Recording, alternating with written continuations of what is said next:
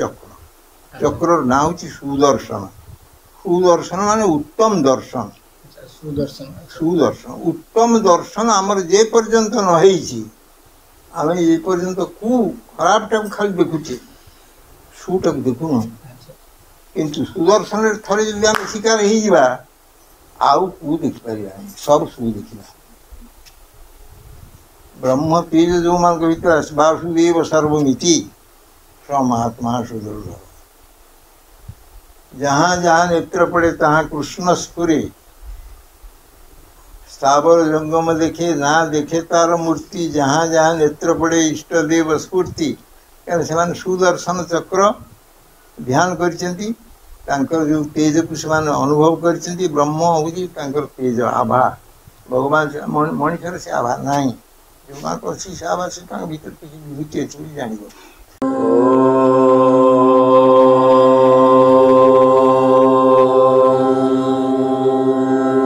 नना आध्यात्मिक ज्ञान कथा।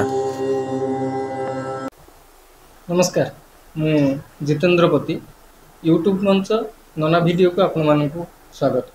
तबे आज आम जाजपुर जिलार बिंझारपुर ब्लॉक अंतर्गत आश्रम आम आश्रम रे अच्छे से आश्रम रे बहुत किछि कथा भल एवं आमर आध्यात्मिक चेतना आध्यात्मिक ज्ञान आध्यात्मिक परिवेश एठी सृष्टि करा जायछि एवं एठी बहु वर्ष बा 21 वर्ष मोर अनुमान रे 21 वर्ष धरी एठी आमर आश्रमटी चली अछि एवं बहुत ज्ञानी वृंद माने एठी उपस्थित हुंती एवं किछि ज्ञानर भंडार आमर मन भितरे संचार करी नहीं घरे उपस्थापन करिथांती आमर निज परिवार को श्रृंखला रे रखिबा पय।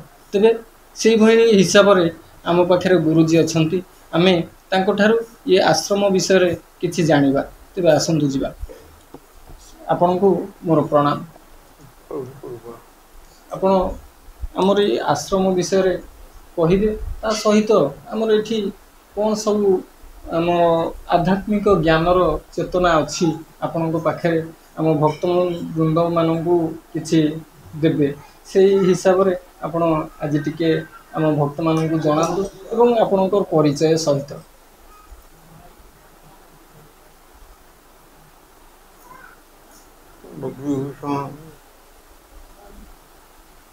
निजर परिचय दवा पूर्व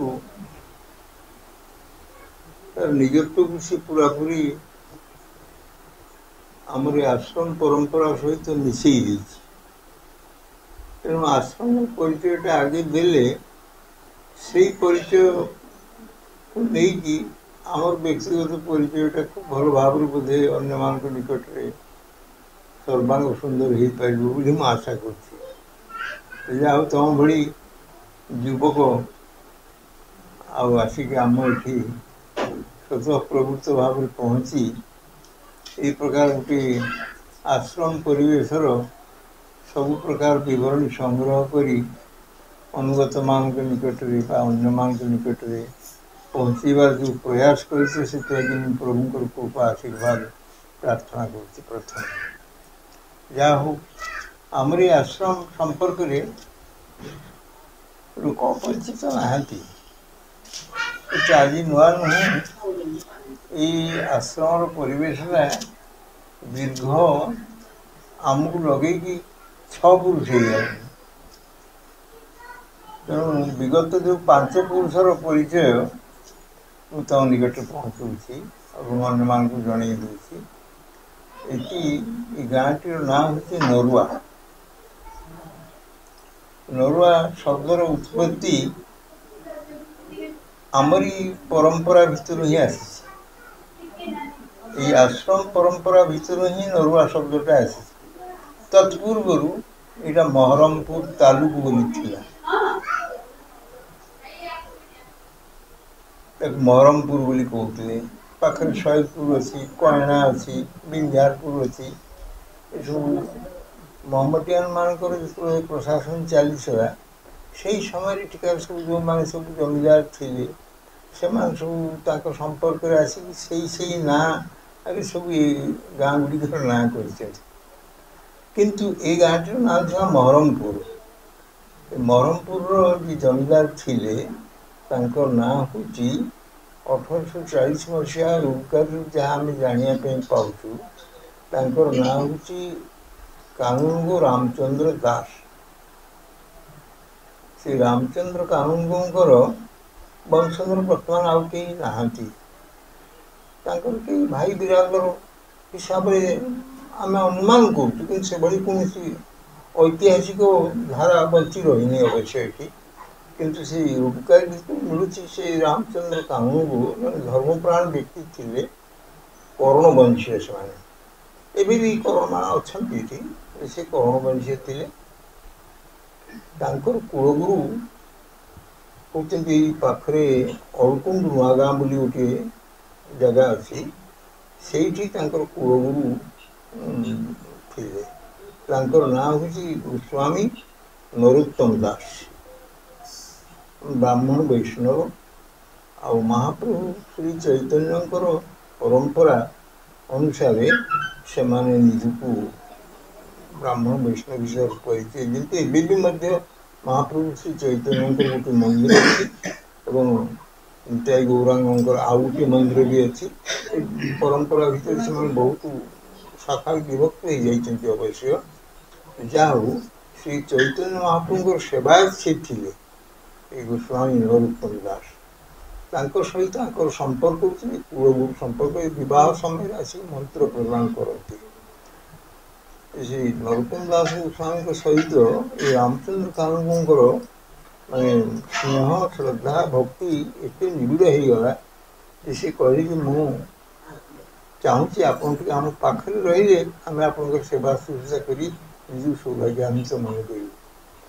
ସେଇ ଦୃଷ୍ଟିରୁ ସିଏ ବି ଇଚ୍ଛା କରିଲେ, ଆଙ୍କର ବି ଶ୍ରଦ୍ଧା ଭକ୍ତି ସେମିତି ଥିଲା, ଯାହାଫଳରେ କି ସେ ଆସିକି ପହଞ୍ଚିଗଲେ ଏଇ ଗାଁରେ ଏବଂ ତାଙ୍କୁ ଏଠି 10 ଏକର ଭୂ ସମ୍ପତ୍ତି ସେ ଦେଇଦେଲେ।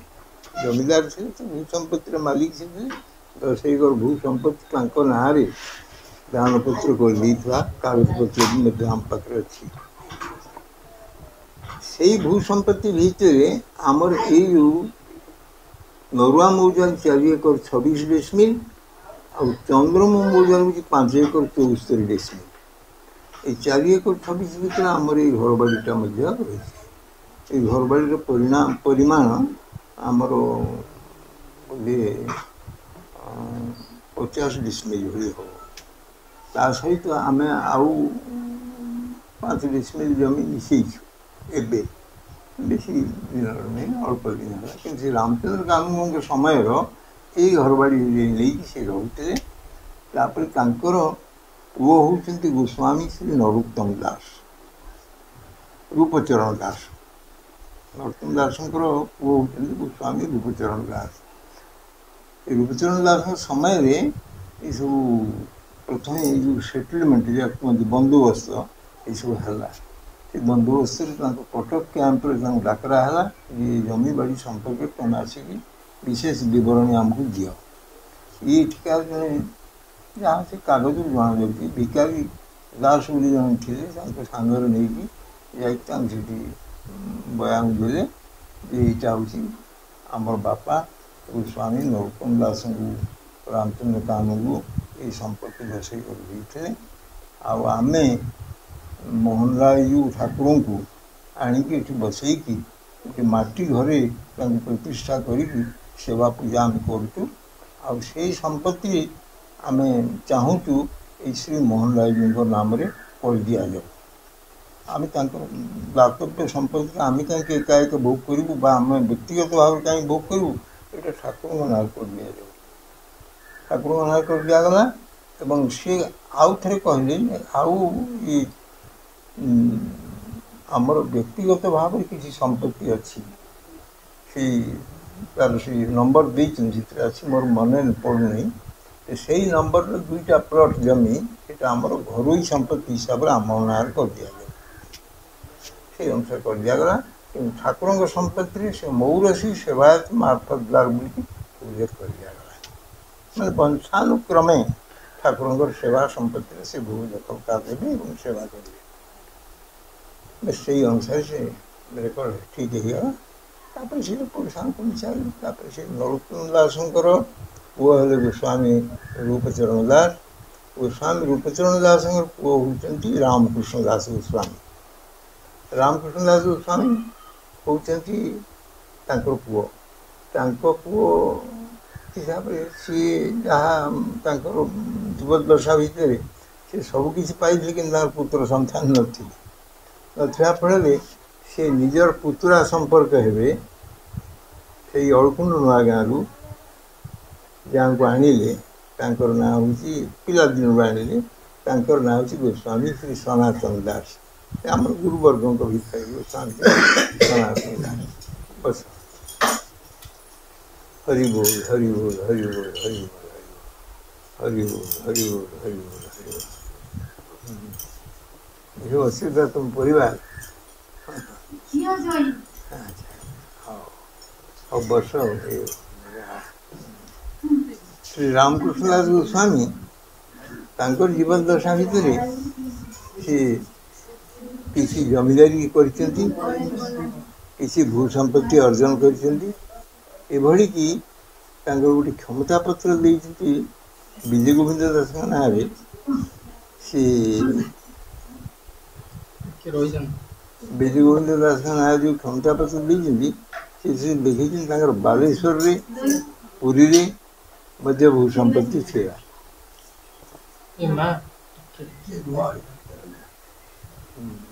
भू संपत्ति था से भू संपत्ति रक्षणाबेक्षण दायित्व मध्य से विजय गोविंद दास क्षमता पत्र द्वारा नष्ट कर मठ जहाँ किसी ठाकुर जहाँ किसी भू संपत्ति व्यक्तिगत भू संपत्ति और ठाकुर संपत्ति तार रक्षणाबेक्षण से विजय गोविंद दास नष्ट कर क्षमता प्राप्त व्यक्ति आपर से रामकृष्ण दास गोस्वामी कौन संतान शक्ति न से सनातन दास गोस्वामी को आनी सनातन दास गोस्वामी किंतु अनेक भी जमीदारी किनी से बरसल जमी बोली आमर अच्छी एपर्यंत भी डाक तल बरसल मझी बरसल बरसल महापात्र बोली जानी बैरी शल्य शब्द रू बरसल से जमी किनी से बिक्री कबलापति अच्छी 1928 मसीहा सेटलमेंट रे ये सब व्यक्तिगत संपत्ति सब से कर ठाकुर संपत्ति ठाकुर तापर से विवाह करनथिले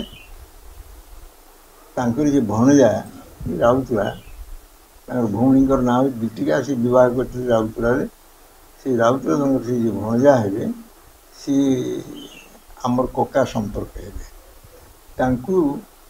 आणिकी पहुँचे पिलादिन से ठाकुर सेवा और आमर परंपरा जो शिष्य धारा से बंची रखिले सी रही पिलादिन से भी सी भी बहु प्रकार योग्यता संपन्न व्यक्ति बहु कला कौशल एवं नाम कीर्तन आदि समस्त से करती कीर्तन प्रवृत्ति गाँति आउ शिष्य सेवक मान सहित भी खूब संपर्क भी था आई अंचल स्वनामधन्य जड़े कीर्तनिया एवं विशिष्ट व्यक्ति हिसाब से समस्त आदर करते सम्मान भी करती 99 वर्ष जीवित थे तापर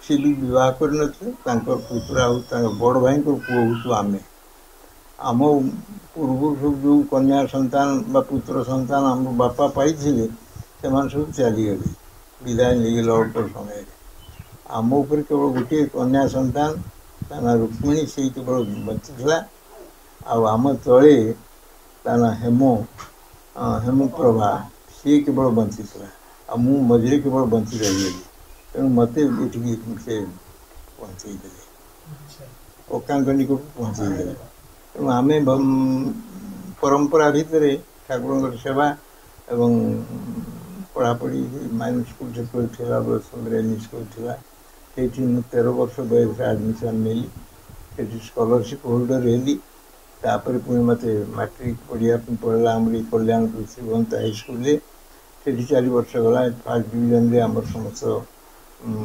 पाठ्यक्रम शेष है तापर मो समस्त कॉलेज पढ़ाई बहुत आग्रह कर आग्रह करमी कहीं कॉलेज गले ये सब वेश पोशाक ये सब आमको स्वीकार करने पड़ो जोटा कि आम पिला दिन आम अभ्यास नुहे एठिकार परंपरा अनुमोदित नुहे तेणु मुझे आग्रह कलिनी निजे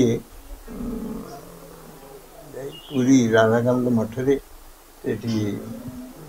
संस्कृत कॉलेज सलाशिव संस्कृत महाविद्यालय न्याय व्याकरण वैष्णव दर्शन तीनोटी विषय शास्त्री पर्यंत पूर्णांग कली आचार्य परीक्षा देली जेहेतु कौन सर्विस करने काले गोटे आग्रह आसो लोक मत आह्वान करेंगे मुझे कथा ले पारि अथच आमर जो परंपरा को बाद दे मत सर्विस अर्थ पचर जावाई पड़ो यही भवितव्य को आखि आगे रखिकी मुझे निजक वंचित करदेली आचार्य परीक्षा देली से वैष्णव दर्शन विद्यापीठ था पढ़ापढ़ी सब वैष्णव विद्या छात्र मान पढ़ापढ़ी कर मोर दीर्घ रहा प्राय 10 वर्ष पाखापाखि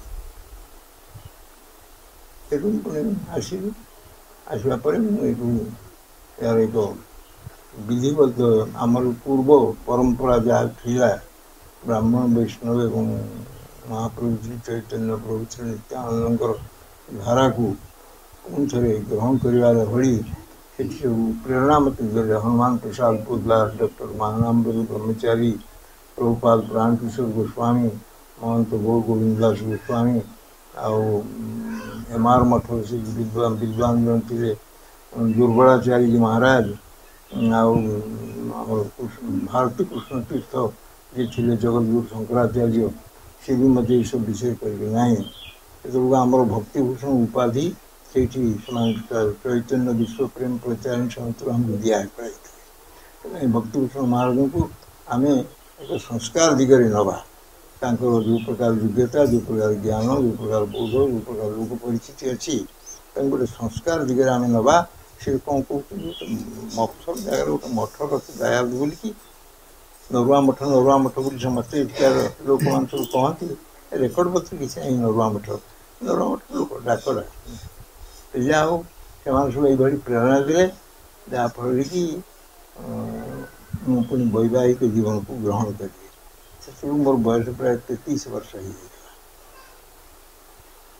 ये आसी पहुँचला स्थानीय लोक सब मन भर सब भिन्न भिन्न प्रकार सब प्रश्न उठला सन्देह उठला ये गोटे एकाएक बोधे निजे एक संपत्ति अपना छाए हाथ करने बोधे ये गोटे प्रकार बोधे कौशल से कर योग्यता संपन्न व्यक्ति यही दृष्टिकोण से गोटे माली मोकदमा संपर्क में आमको प्राय दीर्घ 50 वर्ष 55 वर्ष धरिकी संपर्क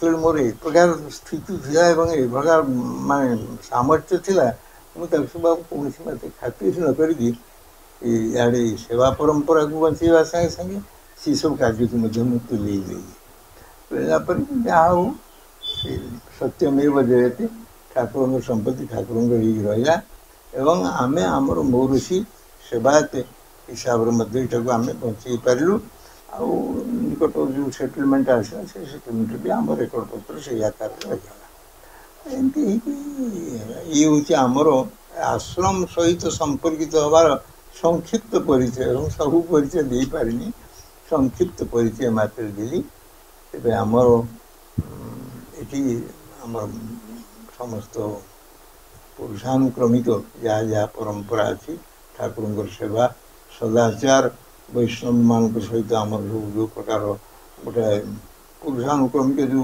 आवा थिला संपर्क थिला ये सब अक्षुण्ण भाव सब रखाई आमर ये पाखरे गोटे मठ अच्छी सीनादास मठ बोली कहती आमर पाखे ये हरिपुर बिलापड़ा बोली गोटे जगह अच्छी सब गृहस्थ वैष्णव गृही वैष्णव कहवाटा समर्थन करे ना गृही वैष्णव है जो मैंने भगवान को भूलिकी गृह भर मजी जाते से गृही वैष्णव कहती किंतु जो मैंने सदाचार सहित निजर गृह को गृह परिवार को नहीं चलती से गृहस्थ वैष्णव बोली कहती गृह अच्छा से गृह गृह उपर कौन अहंकार बा अभिमान किसी ना यही रकम हिसाब से गृहस्थ वैष्णव से आम सहित संपर्क अच्छी पद्मचरण दास होती आम से ଗୃହସ୍ଥ ବୈଷ୍ଣବ ମାନଙ୍କର ପରମ୍ପରାର ବିଦ୍ୟାପଡ଼ାର ଇଏ ହେଉଛନ୍ତି ଆମର ସେ ସିଂହଦାସ ମଠର ଉତ୍ତରାଧିକାରୀ ବର୍ତ୍ତମାନ ତାଙ୍କ ନାଁ ନାରାୟଣ ଚନ୍ଦ୍ର ଦାସ ବୈଷ୍ଣବ। ଆଉ ଆମ ସହିତ ବହୁତ ସମ୍ପର୍କ, ଆମର ସେଇଟା ଗୁରୁ ଭାଇ ସମ୍ପର୍କ ଗୋଟେ ମଧ୍ୟ ରହିଛି, ଯିବା ଆସିବା ବି ରହିଛି। ତାଙ୍କର ପୂର୍ବ ଯେଉଁ ଗୁରୁମାନେ ସବୁ ଥିଲେ ସେମାନେ ସବୁ ବ୍ରାହ୍ମଣ ବୈଷ୍ଣବ, ଆମ ସହିତ ସବୁ ଯିବା ଆସିବା ସମ୍ପର୍କ ବି ଥାଏ। ଏଇଭଳି ଭାବରେ ହେଇକି ଚଳି ଆସିଛି। ଆଉ ଆମର ପିଲାମାନେ ସବୁ ମଧ୍ୟ ଅଛନ୍ତି ଏଇଠି।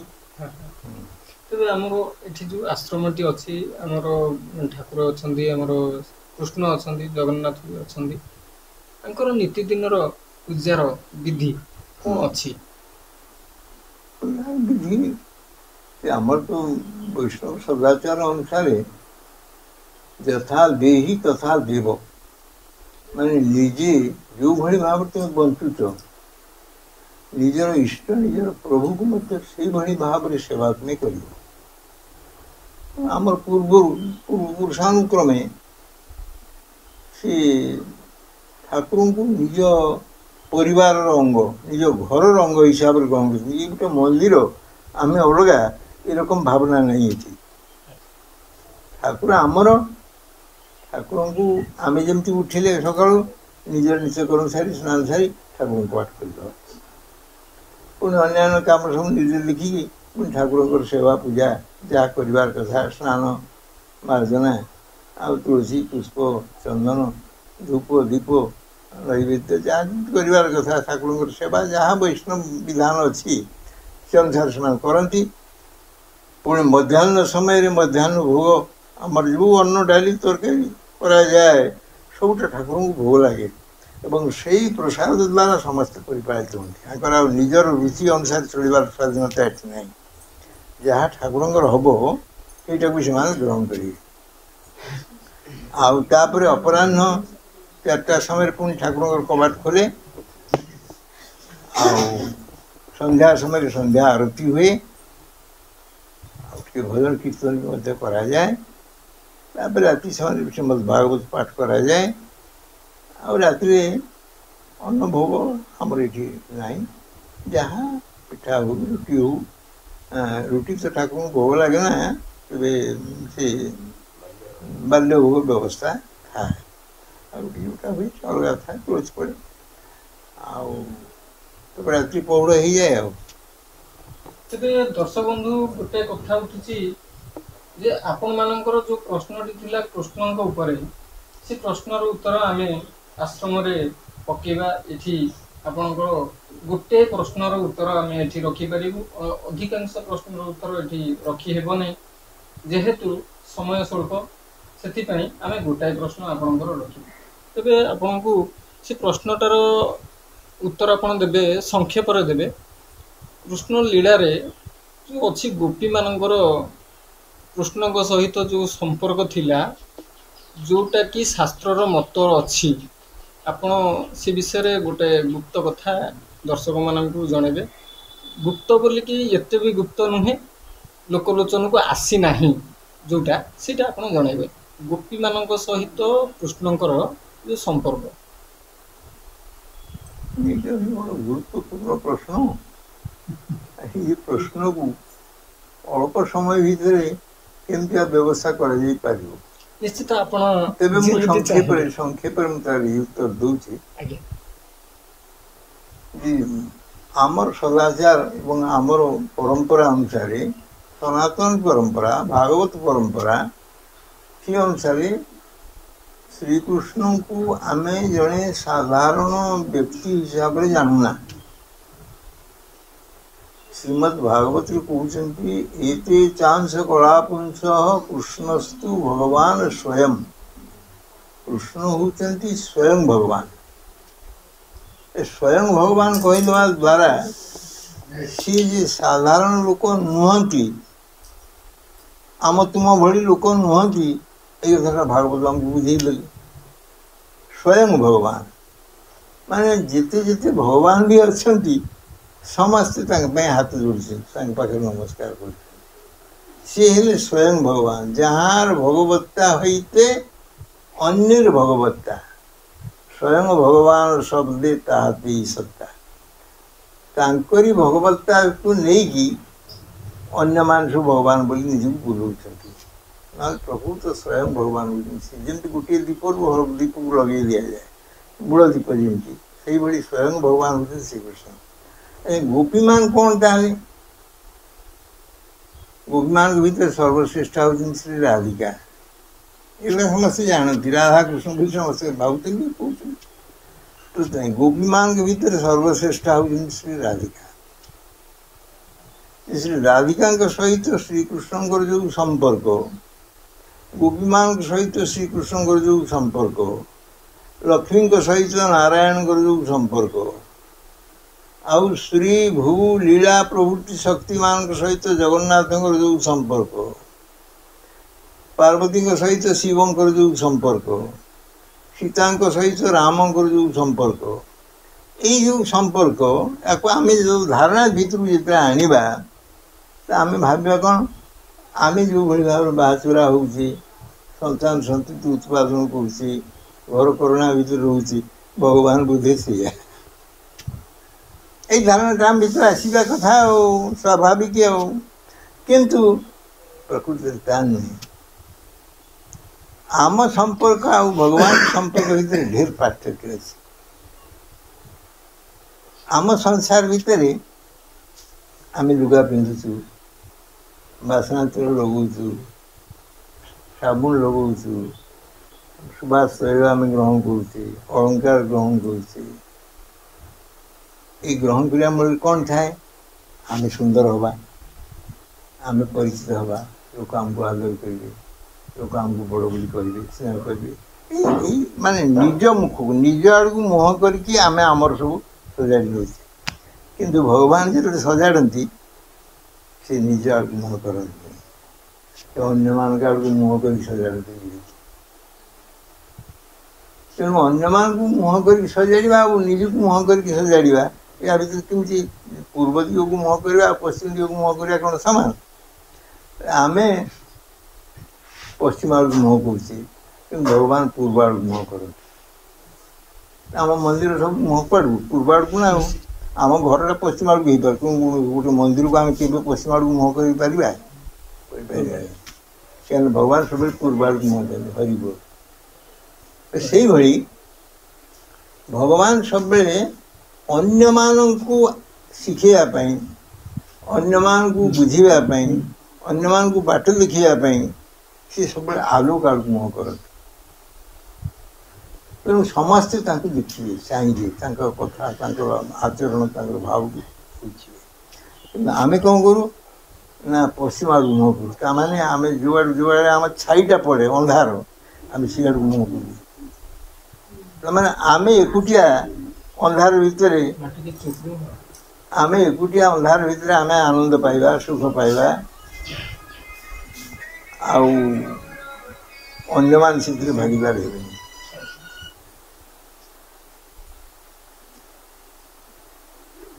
अन्य माने भागीदार हे अन्य मान से वंचित हूँ कि आम एकुटिया आनंद पाइबा एकुटिया सुख पाइबा तेणु आम अंधार भितर कट फट बंद करके आम गोटे आराम रू भगवान सेमती रहते भगवान कौन करती रासलीला करती से अंधार भितर किंतु रासलीला करती रासलीला जड़े न थाए 7 कोटी गोपी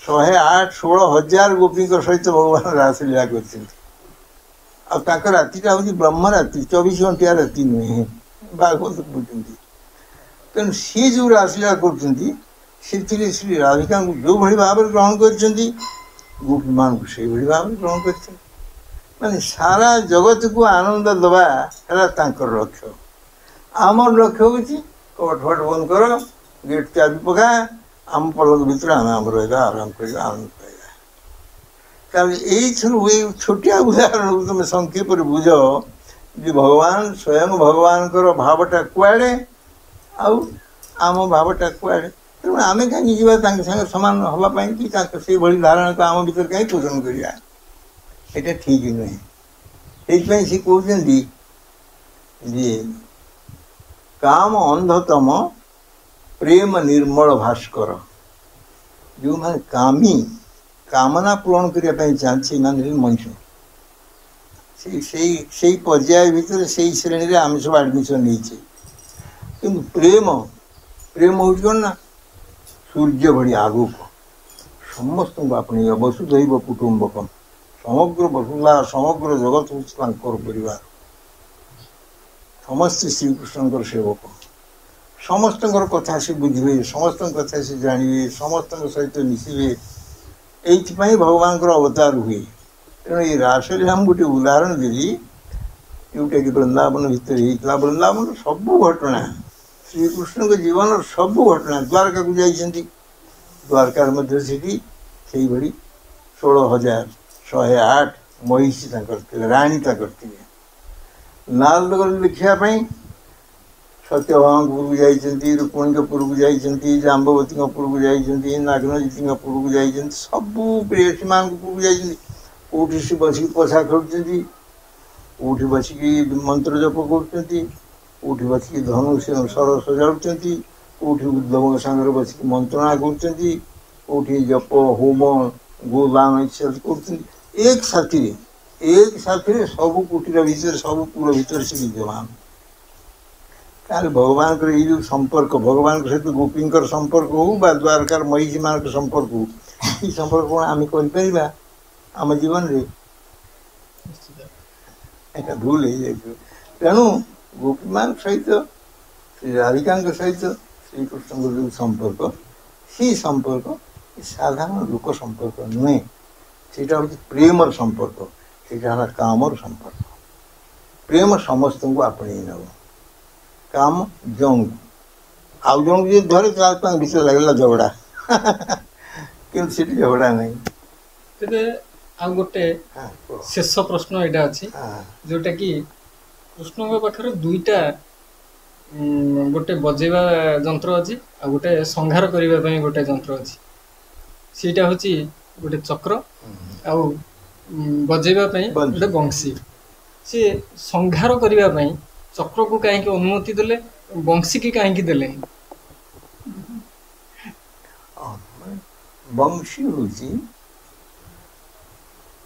ହେଉଛି କେବଳ ଏଇ ଯେଉଁ ବୃନ୍ଦାବନରେ ଶ୍ରୀକୃଷ୍ଣଙ୍କର ଲୀଳା, ସେଇଠି କେବଳ ବଂଶୀର କାମ ହେଇଛି। କିନ୍ତୁ ଯେତେବେଳେ ଦ୍ୱାରକା, ମଥୁରା ଦ୍ୱାରକା ଯେତେବେଳେ ଯାଇଛନ୍ତି, ସେତେବେଳେ ସେ ଚକ୍ର କାମ କରୁଛି, ସୁଦର୍ଶନ ଚକ୍ର କାମ କରୁଛି। କୁରୁକ୍ଷେତ୍ରରେ ଯେତେବେଳେ ଯାଇଛନ୍ତି ସେତେବେଳେ ଚକ୍ର କାମ କରୁଛି। ଦ୍ୱାରକା, ମଥୁରା, କୁରୁକ୍ଷେତ୍ର, ସେଠି ସବୁ ଦୁଷ୍ଟ ଦୁର୍ଜନ ରାକ୍ଷସ ପ୍ରକୃତିର, ଅସୁର ପ୍ରକୃତିର ଲୋକମାନଙ୍କ ସହିତ ମୁକାବିଲା କରିବା ପାଇଁ ପଡ଼ିଲା। ବୃନ୍ଦାବନ ଭିତରେ ସେଭଳି ମୁକାବିଲା କରିବା ପାଇଁ ପଡ଼ିନି। ବୃନ୍ଦାବନ ଭିତରେ ଯଦି କରିବା ପାଇଁ ପଡ଼ିଛି, ତାହେଲେ ପୁତନା, ଅଘା, ବକା, ତୃଣାବର୍ତ୍ତ, କେଶୀ, ବ୍ୟୋମା, ଏଇସବୁ ମାନଙ୍କ ସହିତ ମୁକାବିଲା କରିଛନ୍ତି। କିନ୍ତୁ ହେଲେ କ'ଣ ହେବ, ସେଠି ସଂହାର କରିବାର ଲକ୍ଷ୍ୟ ନାହିଁ। ସଂହାର କରିବାର ଲକ୍ଷ୍ୟ ନାହିଁ। ସେମାନଙ୍କର ଯେଉଁ କଳୁଷ ସବୁ ଥିଲା, ଯେଉଁ ଜନ୍ମ ଜନ୍ମାନ୍ତରର ଯେଉଁ ପାପ ସବୁ ଥିଲା, ଯେଉଁଥିପାଇଁ ସେମାନେ ଅସୁର ହେଇଛନ୍ତି, ସେମାନଙ୍କୁ ଉଦ୍ଧାର କରିବା, ସେମାନଙ୍କୁ ବୈକୁଣ୍ଠକୁ ପଠେଇଦେବା, ଏଇଟା ହିଁ ଥିଲା ସେଠିକାର ଲକ୍ଷ୍ୟ। ତ ସେଠି କାହିଁକି ନା ସିଏ ହେଉଛି ବଂଶୀଧାରୀ। ବଂଶୀ ଶବ୍ଦର ଅର୍ଥ ହେଉଛି ତମର ଜଣେ ଶିବ ମନ୍ଦିରର ପୂଜକ, ଚନ୍ଦ୍ରଶେଖରଙ୍କ ପୂଜା କରୁଛ, ଶିବଙ୍କ କବାଟ ଯେତେବେଳେ ଖୋଲାଯାଏ ସେତେବେଳେ କ'ଣ କରାଯାଏ? ବମ୍ ବମ୍ ବମ୍, ନହେଲେ ଘଣ୍ଟ ବଜେଇଦେବ। ବମ୍ ବମ୍ କହିକି କବାଟ ଖୋଲ। ବମ୍ କାହିଁକି କହୁଛ ନା, ବମ୍ଟା ହେଉଛି ଅମୃତ ବୀଜ। ବମ୍ ହେଉଛି ଅମୃତ ବୀଜ। ତେଣୁ ବଂଶୀ ଅମୃତ ଯାହା ଭିତରେ ଶୋଇଛି, ଯେଉଁ ଯନ୍ତ୍ର ଭିତରେ ଅମୃତ ପ୍ରବାହିତ ହେଉଛି, ସେଇଟା ହେଲା ବଂଶୀ। ତେଣୁ ସ୍ୱୟଂ ଭଗବାନଙ୍କର କାର୍ଯ୍ୟ ନୁହେଁ ୟାକୁ ମାରିବା, ୟାକୁ ହାଣିବା, ୟାକୁ କାଟିବା, ୟାକୁ ଦୁଃଖ କଷ୍ଟ ଦେବା, ଏସବୁ। ସ୍ୱୟଂ ଭଗବାନଙ୍କର କାର୍ଯ୍ୟ ହେଉଛି ତାକୁ ଉଦ୍ଧାର କରିଦେବା, ତାକୁ ବୈକୁଣ୍ଠ ପ୍ରାପ୍ତ କରାଇଦେବା, ତାକୁ ଲୀଳା ପ୍ରାପ୍ତି କରାଇଦେବା। ଏଇଟା ହେଉଛି ତାଙ୍କର ଲକ୍ଷ୍ୟ। ତେଣୁ ସେ ବଂଶୀ ବାଦ୍ୟ ଦ୍ୱାରା, ବଂଶୀର ଆହ୍ୱାନ ଦ୍ୱାରା ଲୋକମାନଙ୍କୁ ଡାକିଲେ ନା, ଆଉ ତାଙ୍କ ନାଁ ଧରି ଡାକିଲେ ଲୋକମାନେ ସବୁ ଚାଲି ଆସିବେ। ରାବିକାଙ୍କୁ ଚାଲି ଆସିଲେ ବଂଶୀ କାରଣ ସେଟା ହେଲା ଅମୃତର ପ୍ରବାହ।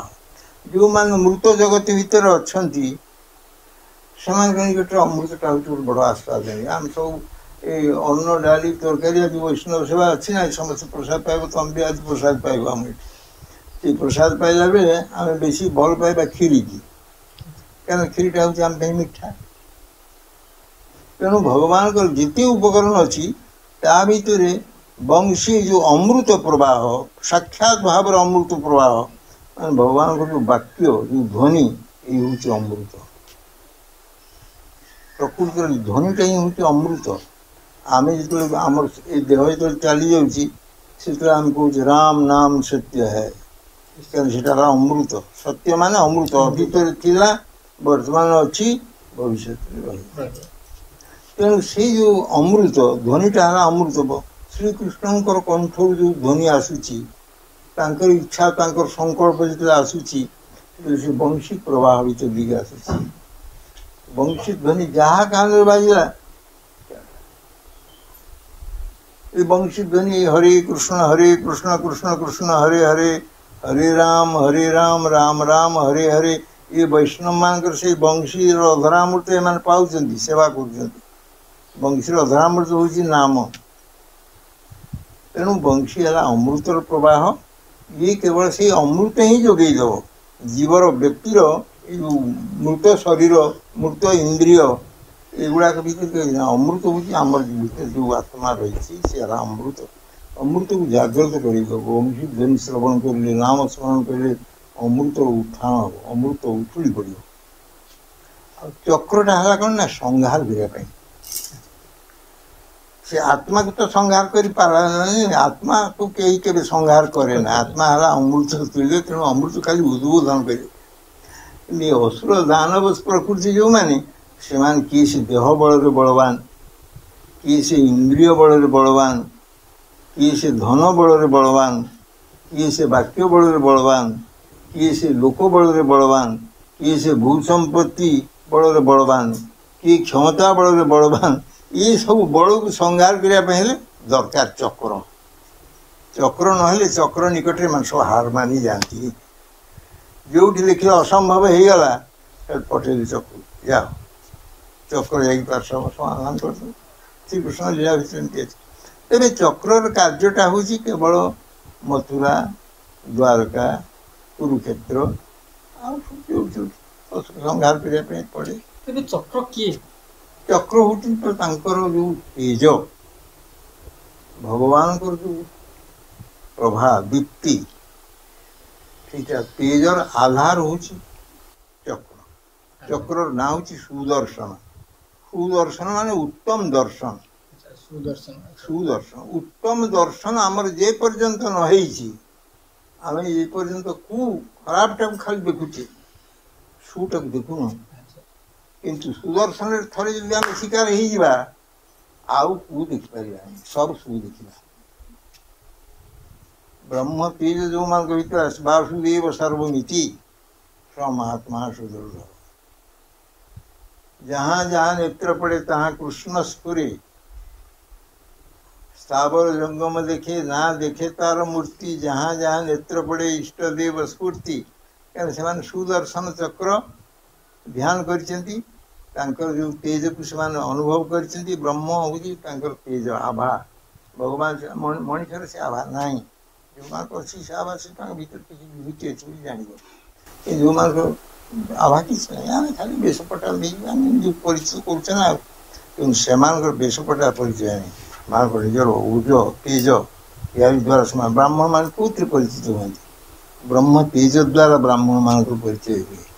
क्षत्रिय मान कौन परिचित हुए, जो बड़ शक्ति, अन्य को उद्धार कर जो सामर्थ्य, से क्षत्रिय परिचय मिले। वैश्यर हूँ व्यवसाय चातुरी, व्यवसाय चतुरता वैश्यर। शूद्र हूँ सेवा, सेवा परायणता भीतर भी शूद्र परिचय मिले। से भाई कथा हूँ चक्र हूँ तेजर केन्द्र, अब से चक्र हूँ दक्षिण हस्त था। चक्र हूँ दक्षिण हस्त, बाम हस्त हूँ शंख, आउ गदा पद्म। ଇଏ ହେଉଛି ନାରାୟଣଙ୍କ ସ୍ୱରୂପ। କୃଷ୍ଣ କେବେ ଚକ୍ର ଶଙ୍ଖ ବା ଗଦା ପଦ୍ମ ଧାରଣ କରିନାହାନ୍ତି, କେବଳ ବଂଶୀ। ତେଣୁ ସ୍ୱୟଂ ଭଗବାନ ହେଉଛନ୍ତି ବଂଶୀଧାରୀ। ଆଉ ଏଇ ଯେଉଁ ସୃଷ୍ଟିର ଯାବତୀୟ କାର୍ଯ୍ୟକୁ ସୁଲେଇବା ପାଇଁ ହେଲେ, ସଂହାର କରିବା ପାଇଁ ହେଲେ, ତାକୁ ସଂଶୋଧନ କରିବା ପାଇଁ ହେଲେ, ତାକୁ ଉତ୍ତମ ଦର୍ଶନ କରିବାର ଯୋଗ୍ୟତା ଦେବା ପାଇଁ ହେଲେ ସେ କ'ଣ କରନ୍ତି ନା ଏଇ ଚକ୍ର ଦ୍ୱାରା ତାକୁ ସମାଧାନ କରନ୍ତି। ଶଙ୍ଖ ଦ୍ୱାରା କେବଳ ଜ୍ଞାନ ଦିଅନ୍ତି। ଶଙ୍ଖ ହେଉଛି ଜ୍ଞାନର ଆଧାର, ଇଏ ହେଲା ତେଜର ଆଧାର। ଗଦା ହେଉଛି କ'ଣ ନା ଏଇ ଯେଉଁ ଅବାନ୍ତର ଯେଉଁ ଶକ୍ତିକୁ ପ୍ରତିହତ କରିବା ପାଇଁ ଗଦାର ଆବଶ୍ୟକ। ପଦ୍ମ ହେଉଛି ତାଙ୍କର ସୌନ୍ଦର୍ଯ୍ୟ, ମାଧୁର୍ଯ୍ୟ, ଲାବଣ୍ୟକୁ ବଢ଼ିବା ପାଇଁ।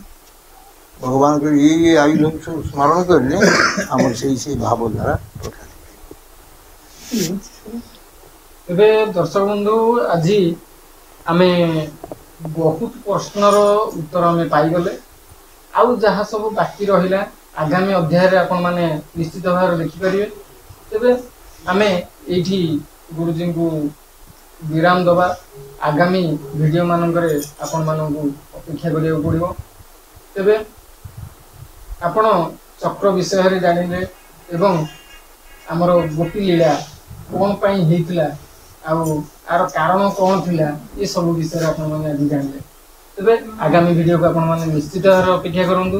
ରହିଲି, ନମସ୍କାର।